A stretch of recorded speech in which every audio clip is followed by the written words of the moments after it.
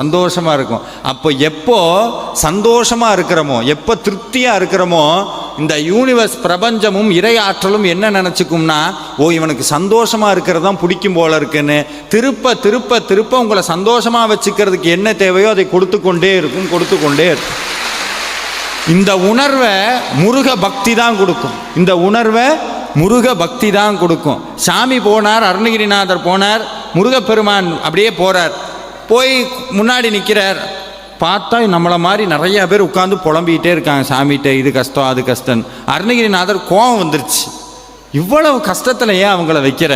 முருகப்பெருமானை திட்டணும்னு நேரம் போனார். ஆறுமுகம் ஆறுமுகம் ஆறுமுகம் ஆறுமுகம் ஆறுமுகம் ஆறுமுகம் என்று பூதி ஆகமணி மாதவர்கள் பாதமலர் சூடுமடியார்கள் பதமே துணையது என்று நாடும் ஏறு